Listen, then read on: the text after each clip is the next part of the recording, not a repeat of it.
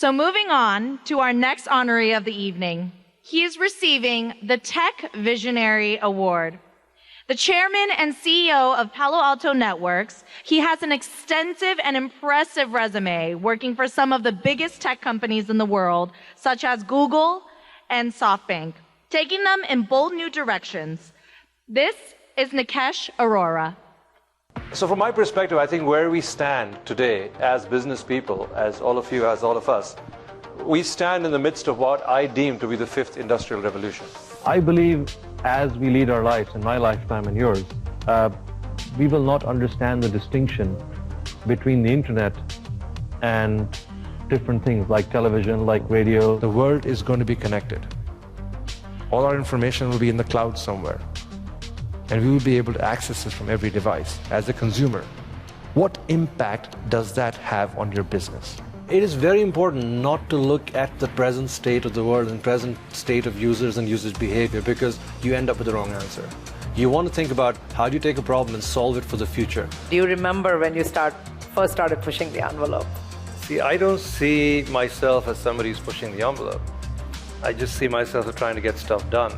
In my life, I've always been restless. I've never been able to settle with status quo. Every time I felt that life was getting boring, life was getting unexciting, I decided to pick up and move and do something different. How did your prior experiences form the leadership philosophy that you have today? You know, I've always maintained that part of the way you keep your life exciting is any job you take, you bring 50% of the skills with you from your life, and you got to have 50% learning. My checkered career across various industries, various functions, gave me a little bit of insight into a lot of different things, whether it was investing, whether it was strategy, building products or marketing. And I didn't know what I didn't know, which meant if it hadn't been done before, I didn't know why it failed, and I was just going to give it a shot. I consciously avoid trying to craft what I want to do next, because the risk is then you get too focused on the next thing as opposed to doing what you're doing really well and enjoying it. And you can start waiting for life, and you should never wait for life. Focus on loving what you do, having a great time, and stuff's going to work out. Incredible. Here to introduce Nikesh is the founder of social capital, Chamath Palihapitiya, who has had his own immigrant journey from humble beginnings in Canada to Silicon Valley and beyond. Please help me welcome Chamath. For those of you that follow me on Twitter or listen to my podcast, you know that I'm known for some pretty colorful commentary. So when I was asked to do this speech, I thought this is one of my great friends for more than 15 years. I wrote it down. I gave him a call. I gave him a dry run. And there was a pregnant pause, and he said, "Everybody may be laughing, but I will be listening." So here, my friends, is version 2 of my speech. I want to start with a very quick story. It has not to do with Nikesh, but it's a gentleman by the name of Dashrath Manji. Now, who is he? He was a peasant that was born in 1934 in Gujarat, India. And he got married in the 50s. And at one point, his wife was bringing him some water, and she slipped off the side of a mountain, and she injured herself. He, like a doting husband, tried to bring her to the local hospital. The problem was that he had to go around a literal mountain range to do it. She died. And so he thought, in service and in dedication to her, what he would do is he would actually tunnel through this mountain ridge to connect these two cities together, these two towns together, and make a 55-kilometer journey less than what it turned out to be 15 kilometers. There's an incredible Bollywood movie that was made about this. The point is, he spent 22 years chipping away at this mountain range with just a hammer and a chisel. He was celebrated in Indian culture, he was given a stamp, he was made a hero of Gujarat. But what is the point of this story? The point is, this is a guy that just showed incredible determination. He's a person who was focused and disciplined, and he just kept going.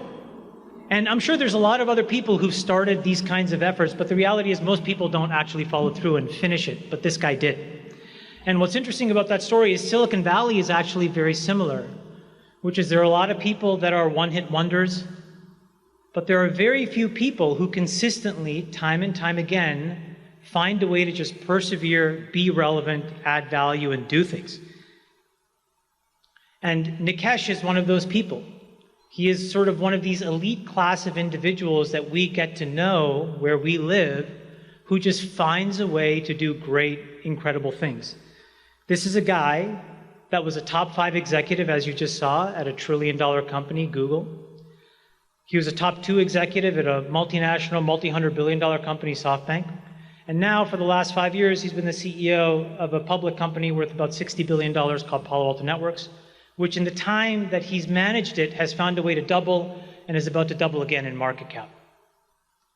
He's a testament to forging a path that is frankly honored and in an uncanny ability to see the future and they take bold action against it.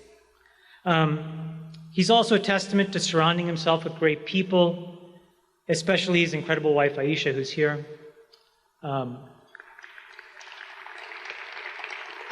And me, actually. I was writing this and I didn't include myself. I'm pretty decent as well. But anyways, Nikesh is an incredible friend. He has very high expectations of himself. He's loyal. He's someone that shows up no matter the circumstances. And so when he asked me, it was my honor to show up for him. And so, ladies and gentlemen, without further ado, the 2023 Tech Visionary, Nikesh Arora.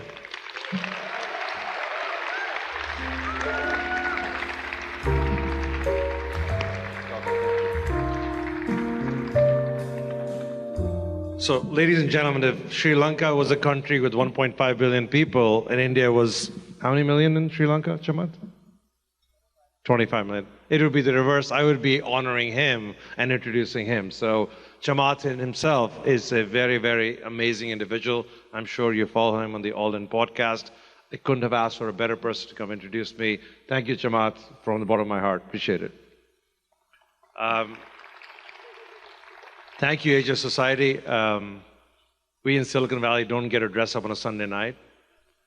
And nobody pulls out the stops and gets the fog rolling like true movie effects. So thank you for allowing us to experience a wonderful evening, which we don't get slightly further up north. Thank you for having us here. I wouldn't be here without the incredible support of my family, my wife Aisha, my daughter Aisha, my nephew Rohan, who are all here to watch me embarrass myself.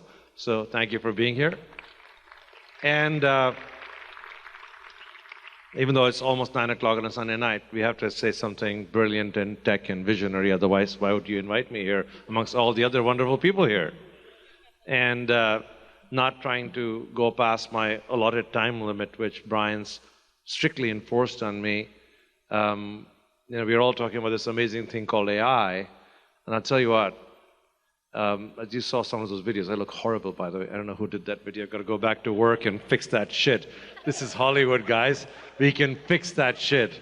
So next time, do a much better video. It doesn't matter if it's me or not. Who cares? It just has to look good. That's what Hollywood's all about. So next time, we'll make sure it looks good. But that was me 15 or 20 years ago talking about technology. So that's pretty cool. But I will tell you, I came into the tech space about 30 years ago, and the power of computing is up 10,000 times. 10,000 times. If you go back, some of you are slightly older, look like you have gray hair. 30 years ago, there was no mobile phones. You had to work really hard to get access to a computer, and if you found one, you wouldn't know what the hell to do with it. Today, you can't live without it. It's like electricity. So just move your brain 30 years out. And think about all this wonderful stuff called Chat, GPT, and AI you're looking at. Imagine how powerful it's going to be in 30 years from now. You think this thing's not going to have an impact? You can protest all you want. You can stand up and say this is going to destroy creativity. It's not going to destroy anything. It's going to make us way better. It's going to make us way more amazing, just like we all are. I believe in the relentless optimism and resilience of humanity, and that's going to eventually win. So we should use all the technology we can. We should use it as a sort of amplification force to make us all better at what we do. With that, thank you very much for having me here. Have a wonderful evening, and thank you for this great award.